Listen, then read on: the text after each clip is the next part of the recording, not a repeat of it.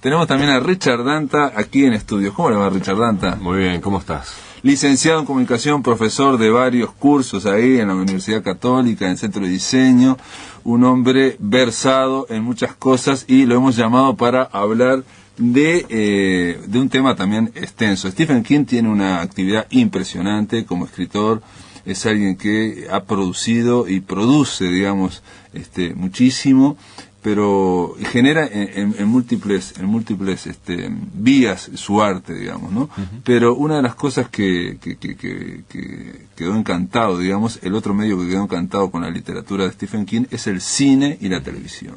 Bueno, con ese tema vamos a arrancar con Richard Danta. Relaciones entre el cine y televisión y Stephen King. ¿Y? Bueno, no sé. A ver, ¿cómo querés entrar? Sí. Porque es un montón. Es un montón. O sea, son como 70 películas. Son como 70 películas, vos tenés que sumar las películas que son adaptaciones de sus obras, sí, las películas en las que él participó, las películas en las que él participó como actor y también participó a veces como productor o como escritor, uh-huh, pero en realidad no sin firmar, digamos, uh-huh, ¿no? Sin firmar. Sin firmar, ¿no? Uh-huh. Porque bueno, él se ha hecho de muchos amigos en el mundo de la música, en el mundo del cine, en el mundo de la televisión, en el mundo del cómic, y ha participado con un montón de gente. O sea, tiene desde obras musicales con Mellencamp, ¿sí? Hasta Mellencamp. Con Robert Mellencamp. Tiene también, últimamente publicó un cómic de terror, obviamente, ¿no? Con otro escritor y un dibujante nuevo. Es decir, él se mueve en un montón de medios, en un montón de lenguajes, ¿no? Entonces, cuando me preguntás, ¿qué podemos decir de King y lo audiovisual? Uh-huh. Digo, bueno, ¿por dónde entramos? Claro, ¿no? Muchísimo. Bueno, hay películas sobre todo famosas como Misery, claro, por ejemplo, Stand By Me, hay un montón, ¿no? Sueños de Libertad, sí, con Tim Robbins y Morgan Freeman, que se convirtió en un clásico después, digamos. Uh-huh. Que es una de sus películas favoritas, además. ¿Ah, sí? De las adaptaciones de sus obras, es de las favoritas. Uh-huh. Él tiene 3. Le gusta esa, le gusta Stand By Me, le gusta La Niebla también, y le gusta Creepshow, que es una película en la cual él participó de una manera bastante activa porque es la traducción de unos viejos cómics, uh-huh, de la Easy Comics, uh-huh, cómics de horror de los, uh-huh, años 50, que él leía de chico. Entonces, creo que de alguna manera la vinculación de él con lo audiovisual comenzó a través de la vinculación con lo visual. Y eso es interesante, ¿no? Uh-huh. Cómo la literatura y el cine tuvieron en su experiencia de vida, ¿no? Sí, y después en su producción ya de veterano, al cómic, ¿no? Un medio visual, pero que es literario también, claro, como intermediario, ¿no? Uh-huh. Y eso es interesante en Stephen King, ¿no? Es un hombre que se define y es esencialmente un escritor, su gran producción pasa por ahí, uh-huh, pero en realidad tiene tantos vínculos con las otras formas, ¿no? De expresión, uh-huh, visual, audiovisual y hasta sonora, musical, que uno puede decir que es lo más parecido, digamos, por lo menos en lo que es la literatura de amplio acceso, a una figura, digamos, renacentista, ¿no? No tanto por lo que produce, sino, uh-huh, por lo que él provoca en los demás. Sí, y eso me parece interesante, ¿no? Uh-huh. Cómo la obra de él da lugar a tantas lecturas y cómo esas lecturas, más allá de la calidad discutible que pueden tener, uh-huh, los productos, ¿no? Puntuales, de los cuales uno puede discutir largo y tendido, cómo más allá de esos resultados, te comentaba, la obra que se genera inspirada en su trabajo, tiene igual como una impronta muy fuerte, uh-huh, de ese trabajo. Él es muy consciente, es autoconsciente de que digamos que era un consumidor de cultura de masas, totalmente, ¿no? O sea, el cómic que está planteando, las totalmente, películas de clase B, y tiene claro que esos insumos uh-huh, le sirvieron para su arte posterior, digamos, ¿no? Tal cual, sí. Y estamos hablando de alguien que es un universitario, alguien que, sí, es profesor de lengua inglesa, sí, o sea, tiene claro la alta cultura, tal pero cual, que él se definió al principio, por lo menos, como un productor no de cultura de masas, porque en realidad él quiere hacer literatura. Sí, igual creo que está bueno lo que vos decís, porque en definitiva creo que cuando alguien, yo no soy escritor, ¿no? Uh-huh. Más allá que uno a veces produce a nivel académico, pero no es lo mismo, ¿no? Yo entiendo, uno investiga, pero no es necesariamente un escritor, ¿no? Uh-huh. Pero el escritor creo que se piensa de dos maneras diferentes, ¿no? Como un comunicador, uh-huh, o como un buscador de repente, como un agente expresivo. ¿Qué quiero decir con esto?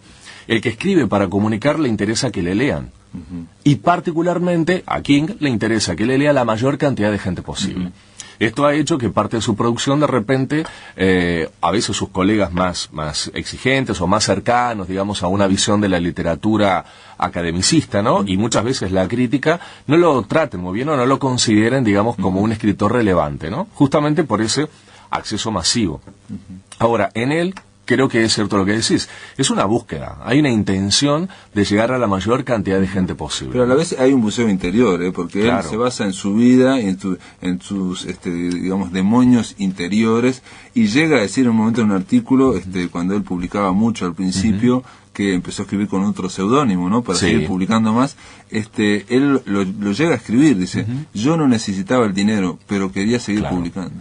Y es que ahí está el punto. Yo creo que ahí, en lo que vos estás diciendo, es la clave de la autenticidad de la obra de King, ¿no? Es decir, uno podría hablar de, bueno, el éxito popular o el éxito masivo se puede lograr con fórmulas, ¿no? En la literatura y en cualquier otra forma expresiva. Bueno, ¿qué hace que la obra de King sea, no eso, no sea una obra meramente masiva, sino que sea una obra con identidad propia, ¿no?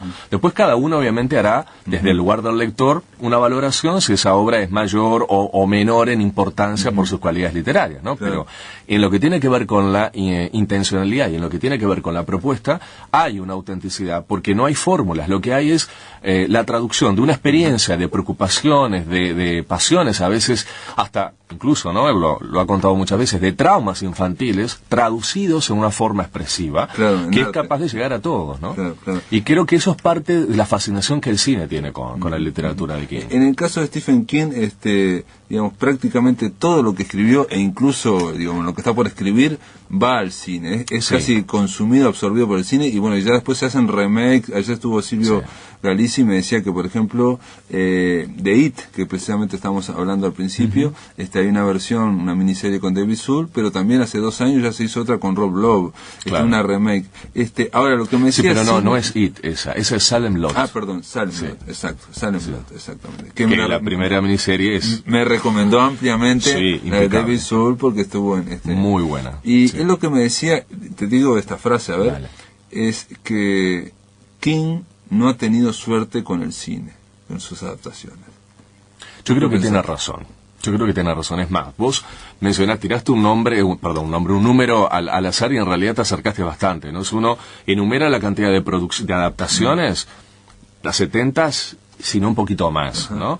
Porque uno tiene que contar justamente esto, es decir, las películas que son adaptaciones más los remakes y a veces también algunas secuelas, aunque la mayoría de las secuelas de las adaptaciones de las obras de King no son muy bien vistas por el propio King, ¿no? Pero a pesar de eso, de tener 70 y pico de adaptaciones, a mí particularmente, si me preguntás una que me guste, te digo Carrie.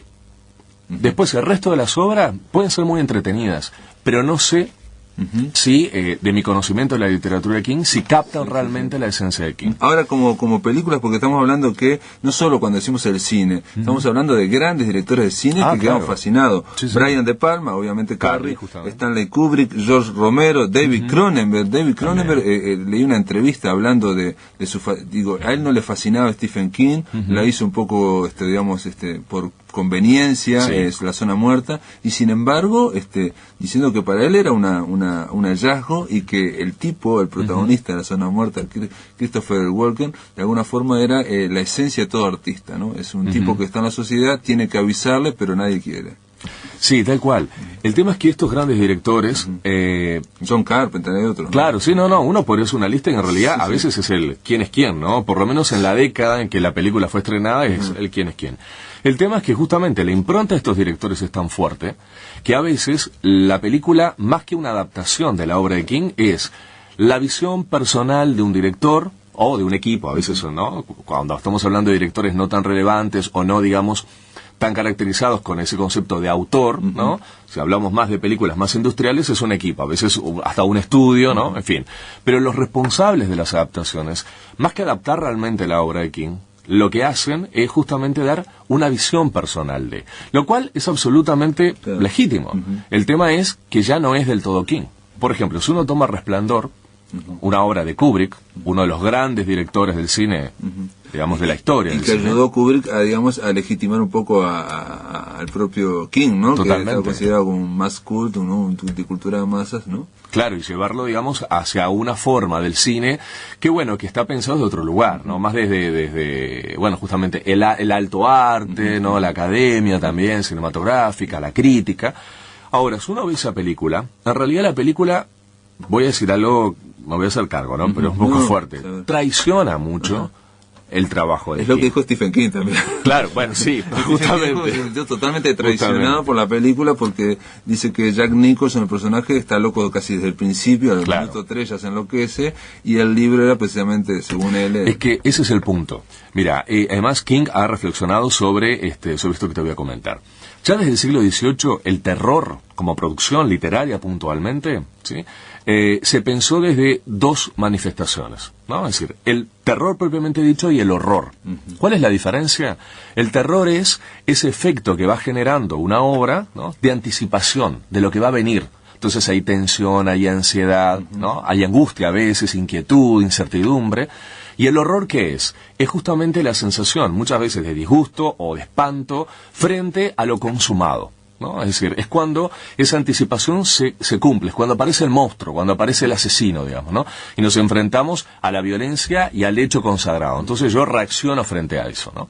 Y ahí hay también una dimensión de catarsis, si quiere, una dimensión mucho más emocional, ¿no? La otra dimensión, la dimensión del terror, es mucho más, es un proceso que se vive, ¿no? ¿Qué pasa con El Resplandor literario? Es una obra de terror, justamente lo que él está diciendo, o sea, es algo que va construyendo esa anticipación. Le va poniendo... Es como una persona, él quería probar que una persona normal podía volverse loca y intentar matar a su mujer. Y nosotros acompañamos eso, ¿no? Y nos va generando una inquietud al ver, digamos, ese proceso, ¿no? Y en este caso, digamos, bueno, de caída en la locura. ¿Qué pasa con la película de Kubrick? Justamente, no es una película de terror. En el mejor de los casos es una película de horror, porque me cuenta lo que pasa después, cuando la obra literaria me está contando lo que pasa antes, y me llega a un lugar. Mientras que la película comienza en ese lugar al que llega la novela y empieza a contar la historia desde ahí. Entonces, desarticula todo lo que es el aparato, no solamente literario, sino también el aparato semántico de la obra de King. Entonces, claro, obviamente que se siente traicionado porque está invirtiendo toda la propuesta que él hace. Desde ese lugar también uno podría evaluar y decir, bueno, pero en realidad el horror, el terror son mecanismos muy diferentes, pero son mecanismos asociados. Entonces, ¿por qué tan extremista la visión de King que yo suscribo, ¿no?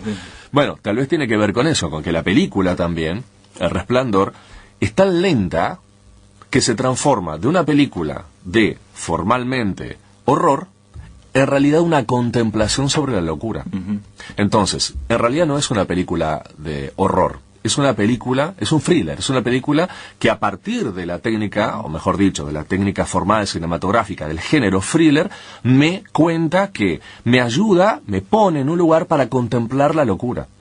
Es algo que Kubrick ya hizo con la ciencia ficción en 2001, es decir, que no es una película de ciencia ficción en realidad, es más bien una película metafísica, 2001, Odisea del Espacio, que utiliza la ciencia ficción como plataforma para un planteo que es de otra naturaleza. Sí, nosotros entrevistamos acá a Rafael Argullol, el crítico, el escritor, poeta y especialista en estética, sobre El Resplandor y sobre la película, y él decía que era una película de horror precisamente, pero el horror metafísico de Dios a la página en blanco.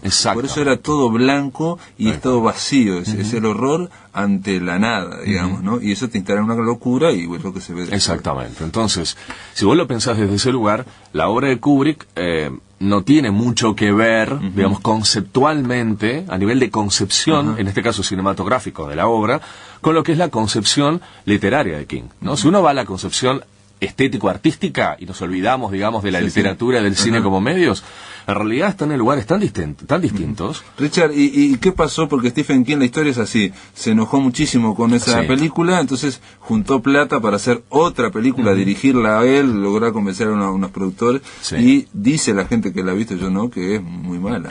Sí, yo la vi y te digo que tienen razón y se quedan cortos, es espantosa. Y él lo sabe también. Es más, él hoy dice, yo la verdad no sabía lo que estaba haciendo. ¿no? Y eso también te habla de algunos de los riesgos cuando alguien trabaja o por lo menos está sensibilizado a muchas formas expresivas, ¿no? Uno a veces puede expresarse muy bien, por ejemplo, literariamente. No necesariamente eso me da, digamos, la capacidad para expresarme igual cinematográficamente, ¿no? O, por ejemplo, a través del cómic, digo. Pasa que, claro, en el cómic uno necesita, a menos que sea un dibujante, necesitas ese escritor a un dibujante, y a veces el dibujante me ayuda un poquitín, ¿no? De hecho, la obra, la producción, que es muy pequeña, ¿no? Pero la producción en cómic de Stephen King siempre ha sido en colaboración con... Claro. Porque, bueno, él aporta la idea, aporta la sensibilidad, y el otro aporta la técnica y resuelve lo que King no puede resolver. ¿Por qué? Porque no tiene la técnica específica para ese medio. ¿Qué pasa en el cine? Él, como decís vos, juntó la plata y fue. Impulsivamente lo hizo. Exacto, ¿no? Como ya había participado, ya te digo, a veces desde la producción, a veces desde la actuación, o sea, no es que el tipo no tenía un vínculo con el mundo del cine, pero una cosa es tener un vínculo y otra cosa es poder dominar esa forma. Y la película, digamos, te la hago la pregunta de vos porque vos la viste, comparado con el libro El Resplandor en cuanto a traslación. ¿Me hablas de la película de Kubrick? De King, que hizo Stephen King. Stephen King se enojó, entonces agarró voy a filmar El Resplandor tal como yo diría. Es que no terminó filmando Resplandor. Ajá. Ese es el punto. Terminó en algo que es una especie como de... es como una versión, supuestamente, de horror de una película de aventuras. Ahí le quedó. O sea, en realidad él nunca llevó adelante... Es más, Pero el argumento es el mismo, la historia es la misma, ¿no? No, es el mismo. No, por eso no cambió totalmente. Es decir, a ver, hay puntos en contacto, hay puntos en común, pero en realidad vos ves la película que él dirigió, vos ves la película de Kubrick y lees el libro del propio King y no hay punto de comparación. ¿Se entiende? Sorprendente, no sabía eso. O sea, Jack Torrance, el escritor que después va a un hotel y se vuelve loco, no está en... Es más, si vieras la imagen simplemente del actor, entendería que ni siquiera es... a ver, uno ni puede imaginar que es una adaptación de la misma novela porque tergiversa totalmente lo que son... Viste que King tiene como 4 o 5 arquetipos de personajes, ¿no? Que a veces le cambia la edad, le cambia la situación, pero en realidad son como arquetipos bastante reconocibles, ¿no?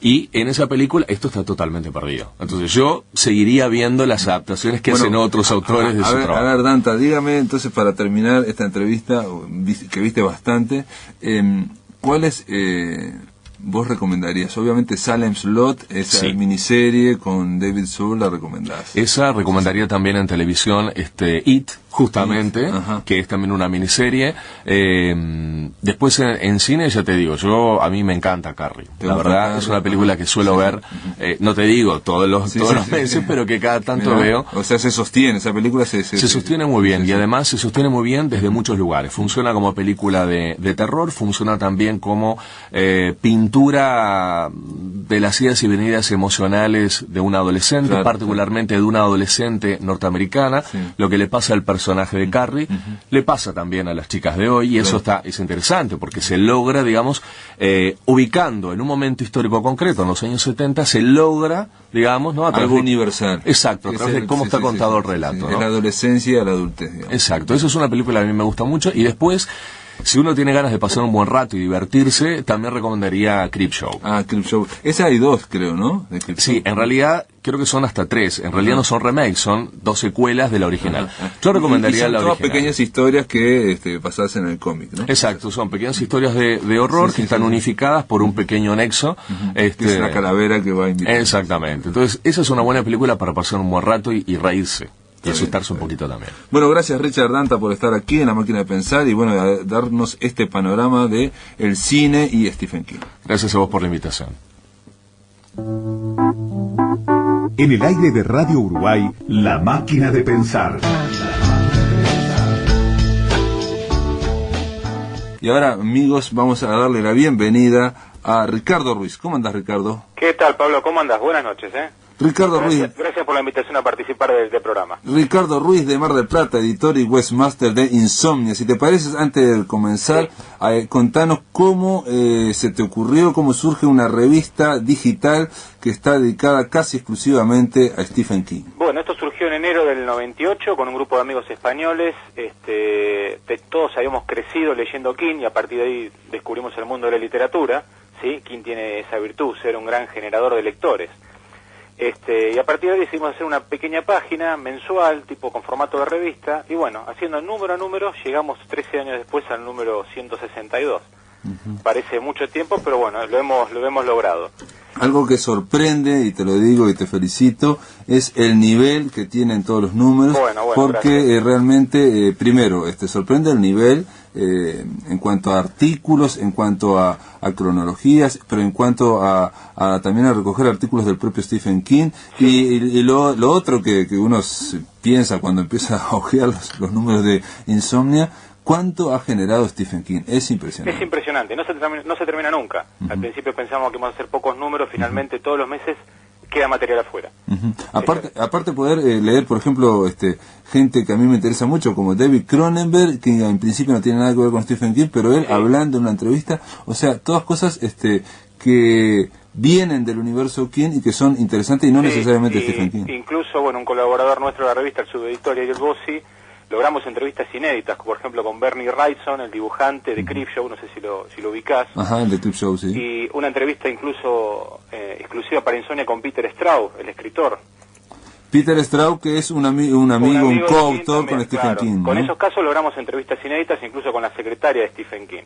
Así que, bueno, estamos un poco orgullosos de lo que hacemos y sobre todo los lectores en español lo agradecen, ¿no? Que siempre, generalmente, quiera buscar en páginas en inglés y bueno. Hay un gran trabajo también de ustedes y bueno, de colaboradores de traducción. Por ejemplo, yo leí la traducción de un documental de la BBC, digo, exacto. Entonces vemos a Stephen King, pero vemos a Kathy Bates, que lo estuve leyendo ayer, gente hablando sobre Stephen King. Hablando sobre King, sí. Incluso en la página le hemos dado lugar a gente que publique cuentos, aunque no tengan que ver con King, sino que abrir un poco la literatura, y tenemos una sección que es Otro Mundo, donde hablamos de otras cosas, de otros autores, cómics, televisión, todo lo que un poco involucra la fantasía, el terror y la ciencia ficción, ¿no?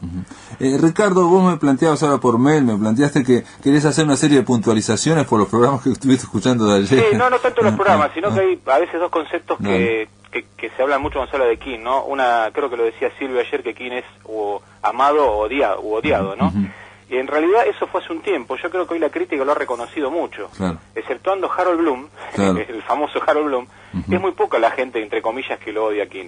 O sea, King es muy querido por sus pares. De hecho, el premio que él tuvo en el 2002 del National Award, no recuerdo exactamente. Book Award, el Premio Nacional del Libro, que él lo legitimó de alguna forma. Se lo dan, claro, por su contribución a la literatura. No se lo dan por su obra, sino porque el tipo siempre va a las pequeñas librerías a promocionarlas, participa en pequeñas editoriales con ediciones limitadas para que las editoriales crezcan. Es una persona muy preocupada por el mundo literario. No, aparte él ha hecho prólogos para otros escritores, y los escritores generalmente hablan muy bien de él. Habla muy bien de él. Entonces creo que es más amado que odiado, ¿no? Sí, aparte, digo, ese premio que vos mencionás, el Premio Nacional del Libro, fue el que hizo que Harold Bloom pegara el grito, ¿no? Decía, no le podemos dar esto, no sé qué, no sé cuánto. Como un sacrilegio, ¿no? Claro, pero en realidad el mismo King lo dice, que él está haciendo esto desde hace décadas y bueno, durante 20 años no le dieron bola, después le dieron bola, ahora puede ser que lo acepten, pero él sigue igual. Creo que lo bueno es que lo reconocieron en vida, ¿no? Un escritor de terror, también escribe más allá de cosas de terror, ¿no? Pero ha sido reconocido en vida.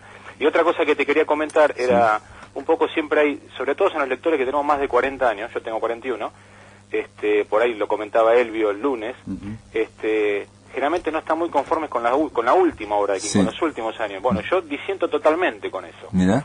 Yo creo que ayer lo aclaró Silvio diciendo que, bueno, un escritor que tiene 15 novelas top o 15 obras maestras es totalmente indiscutible ya, ¿no? Yo creo que en los últimos años King ha cambiado algunas cosas. King es un escritor que no se repite en su fórmula. Siempre está buscando cosas innovadoras. Y si bien algunas de las últimas novelas no han sido tan buenas, a mi criterio por un tema de falta de corrección, ¿sí? Creo que las edita de forma muy apurada por ahí. Pero así todo ha logrado cosas muy buenas. Las últimas antologías de cuentos, todo ese eventual, es muy buena. Y hay 3 novelas que son totalmente destacables de los últimos años. Por ejemplo, Casa Negra, que la escribió con Peter Straub, que es la segunda parte del Talismán, una vieja novela. Y después hay 2 novelas brillantes como La historia de Lizzie y Duma Key. La historia de... Lisey, la historia de Lizzie. Lo que pasa es que los protagonistas de King ahora son personas como King, o sea, personas que superaron los 60 años, ya no escribe, ya no es el escritor de 40.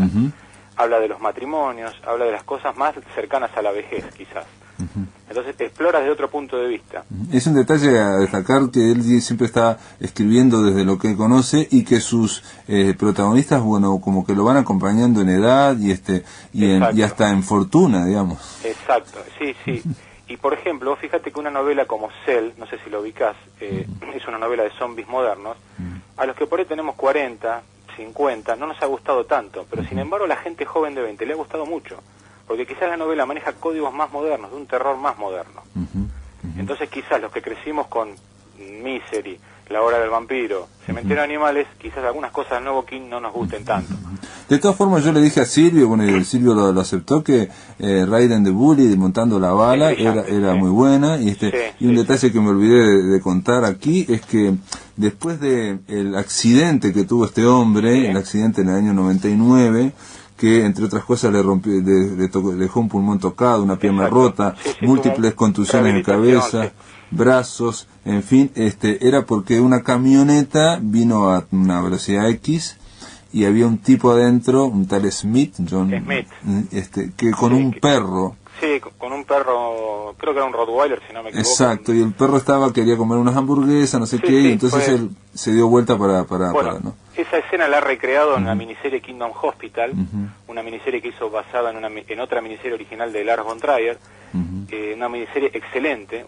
King ha últimamente hecho unos guiones televisivos muy buenos, y esa miniserie empieza con lo mismo, con un pintor que sale a pasear y lo atropella una camioneta.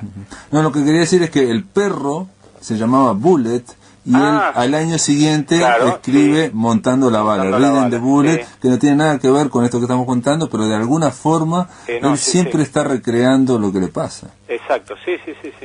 Creo que él ha sido muy coherente en su vida, en el hecho de ser un escritor multimillonario, y se ha quedado en un pueblo perdido en Bangor, ¿no? Más allá que ahora tiene una casa en Florida, por el tema de que el frío a los huesos lo afecta mucho, fue un tipo que nunca vivió como un millonario, eso hay que reconocerlo, y se ha quedado en su pueblo, ¿no? Él plantea que el escritor tiene que estar, tiene un planteo como muy de familia, de los hijos y de la comunidad, estar vinculado a la comunidad. De hecho, yo creo que mis novelas favoritas de King, y creo que la de muchos, son aquellas donde son pocos personajes. Creo que King pierde un poco cuando intenta contar todo un universo, todo un mundo, como por ahí Apocalipsis, que es una novela muy premiada, muy querida, pero a mí me interesan por ahí más las historias más intimistas de King, ¿no? Con pocos personajes, en un pueblo. Creo que cuando mejor funciona. Una comparación que ahora es, que lo dijo Elvio el lunes, de Stephen King, es que es el nuevo, sería una especie de Charles Dickens, por lo menos en lo cuantitativo, o sea, en la cantidad de escritura, y en la llegada a los lectores. Es un hombre que casi del siglo XIX en cuanto a cómo los lectores lo van acompañando. Y él conscientemente plantea esa emulación, digamos, con Dickens, y plantea que La Torre Oscura era como el folletín que quería escribir, una novela de 2.500 páginas. Son 7 tomos. 7 tomos, y está escribiendo el 8º, que va a ser un tomo intermedio que lo va a editar el año que viene. Y aparte de los 7 tomos, hay otras novelas como Insomnia o la misma Apocalipsis que se relacionan con La Torre Oscura. Incluso Casa Negra, o sea, es un mundo amplísimo La Torre Oscura.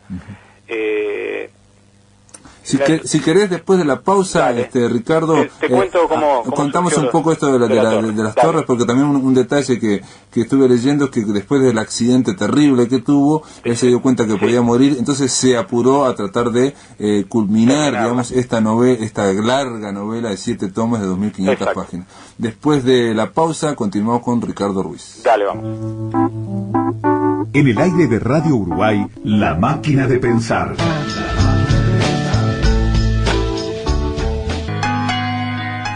Continuamos aquí en La Máquina de Pensar con Ricardo Ruiz. Él es argentino, es editor y webmaster de Insomnia. La dirección de Insomnia es una revista digital exclusivamente o casi exclusivamente dedicada a Stephen King. La dirección es www.stephenking.com.ar. Ricardo, antes de la pausa quedó planteado el tema de La Torre Oscura. Sí, la Torre Oscura, son 7 tomos, la obra terminada, aunque King está escribiendo en 8º, como te contaba antes de la pausa. Fue una de las primeras cosas que escribió King. Cuando era adolescente escribió el primer capítulo del primer tomo de La Torre Oscura, que se llamaba El Pistolero. Y fue una historia que lo fue persiguiendo durante toda su carrera literaria. De hecho, el primer tomo lo editó de manera limitada porque le parecía que no podía convencer a sus lectores de que lo leyeran. Era un experimento muy raro. Y La Torre Oscura mezcla dos géneros muy raros para King, la fantasía y el western. Es una cosa un tanto extraña para el lector habitual de King o para el lector ocasional que lo conoce por el terror. Él se inspiró en un poema de Robert Browning, Childe Roland. Es un poema donde un soldado llamado Roland busca una torre oscura, y eso le dio como un leitmotiv para escribir una obra basado en eso, ¿no? De un pistolero llamado Roland que busca una torre oscura. Eso lo ambienta en un mundo de western basado en las películas de Sergio Leone, que las protagonizaba Clint Eastwood, y a su vez toma inspiración, según él, de Clifford Simak, un escritor de ciencia ficción que escribía mucho sobre mundos paralelos. Todo eso genera La Torre Oscura. Y digamos el ambiente, pero y la época en que se desarrolla, ¿cómo sería? No es una película de cowboy, digamos. No, arrancaría como una película de cowboy media fantástica, hasta que King siempre dice, el mundo se ha movido, dice en esa saga, los mundos se mueven, y ese mundo, digamos, casi como onírico de western, se mezcla con nuestro mundo actual, con un Nueva York actual, y los personajes van y vienen de un mundo a otro. Del siglo XXI, digamos. Del siglo XXI. Y de la década del 60, con las protestas raciales y todo eso. Eso a su vez se mezcla con el mundo de Apocalipsis. Es todo un entramado muy, muy complejo. Es como mundos y más mundos, todos relacionados. Así que es una historia muy, muy interesante. Y siempre es el personaje, digamos, que va tras la Torre Oscura. Es el personaje que va reclutando otros personajes en el camino, y es una búsqueda, tipo quizás un poco inspirado en El Señor de los Anillos, de una torre oscura, una cosa como mítica, ¿no? Buscando eso. En mi criterio, King se apuró un poco al terminarlo, porque él venía tomándose una pausa entre tomo y tomo, y como contabas vos, el riesgo de morir en el accidente, dijo, bueno, tengo que terminar la torre. De hecho la termina, a mí me gustó el final, pero la vi como incompleta, era una historia que me parecía que iba a tener muchos más tomos. Y de hecho ahora King está escribiendo un tomo que sería el 4,5, contando historias intermedias. Intermedias, digamos, ni siquiera no es una secuela ni una precuela, es algo que está en el medio. Exacto, una historia que no contó un episodio del medio. De hecho los cómics que se están editando en La Torre Oscura cuentan cosas también anteriores a las novelas, ¿no? O sea, desde el universo de Roland, creó como un universo y sobre eso está montando historias. Ricardo, ayer, no sé si lo dijimos al aire, pero hablando con Silvio Galizzi, él, que es obviamente un fanático de King, alguien que se ha leído todo, incluso se ha leído los libros del hijo de King, de Joe Hill, me decía que para él los finales de Stephen King dejan que desear. Sí, yo creo que depende del caso. King no es de hacer finales tan típicos, a veces flaquea un poco en el final. Yo lo que creo de King, que cuando King quiere contar algo muy sobrenatural, ahí es donde flaquea. Creo que sus novelas más realistas, por ejemplo Misery, que no tiene elementos sobrenaturales, suena más convincente. Porque King es un gran definidor de personajes, hace personajes notables, pero por él no es tan notable inventando monstruos, digamos, no es un creador de monstruos como Lovecraft. Sí, los monstruos de King son hasta ridículos a veces. Claro, sí, eso lo decía también Elvio Gandolfo. Y leyendo también La Mitad Siniestra, él tiene un problema también para juntar los mundos del personaje, que viene a agarrar al escritor, y como es alguien como muy sólido para el realismo, digamos, exacto. Le cuesta. Si recordás Cujo, ese perro es terrorífico en la novela. Y no es más que un auto, una mujer, el hijo y el perro, y con eso construye una novela. Claro. Sí. Impresionante. Es impresionante. Creo que King es el terror de lo cotidiano, ¿no? El terror que aparece de golpe en el vecino, en el perro del vecino, en una epidemia. O el planteo, por ejemplo, ¿qué pasaría si los electrodomésticos se revelaran? Exacto. Nada más. Sí, cosas cotidianas, siempre cotidiano. O sea, el mundo del consumo, decís que bárbaro, estoy en el mundo del confort, bueno, pero ¿qué pasa si...? Claro, cuando ha intentado darle una explicación muy sobrenatural, como en el caso por ahí de La Cúpula o Tommy Knocker, ya no suena tan creíble. No es que sea malo. Él ponía el ejemplo de It, que le había encantado como novela, pero no al final, y bueno, el final con una araña y no le había gustado. Sí, me acuerdo. Decime, Ricardo, también una cosa que no hemos hablado aquí es de lo producido a partir de la obra de King. En la pausa anterior estuvimos hablando con Richard Danta de los cómics, pero también hay videojuegos. Sí, pero muy poco, muy poco. En videojuegos hubo uno basado en The Mist, en la época de las Commodore, las Spectrum, en el año 85, 86, que era una aventura, ni siquiera era gráfica, era toda escrita, había que dar órdenes a la computadora. Y después hubo un juego de la mitad siniestra, precisamente, cuando se estrenó la película, si no me equivoco, la película de George Romero, sí, es de George Romero. Sí, de George Romero. Con Timothy Hutton. Hicieron un videojuego ahí, y hace unos años hubo un pack que se llamaba F13, como una supuesta tecla de la computadora que no existe, la F13, que traía unos salvapantallas, un juego de matar cucarachas y un cuento inédito de King, pero poco más.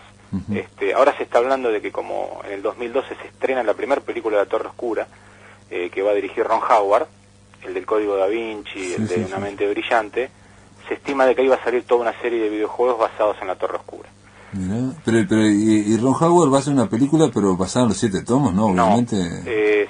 Van a ser 3 películas y 3 series televisivas. Ajá, tipo El Señor de los Anillos. Así. Sí, aparentemente el protagonista va a ser Javier Bardem, y bueno, se está hablando del resto del elenco, aunque todavía no hay nada confirmado, ¿no? Se están buscando actores. Y también Stephen King es alguien que ha explorado en internet, en los libros electrónicos, Riding the Bullet, creo que lo vendió. Lo vendió como ebook al principio, exacto. También publicó La Planta, que vos lo descargabas cada capítulo y si te gustaba lo pagabas. Era una cosa así, después quedó trunco, pero siempre ha estado experimentando.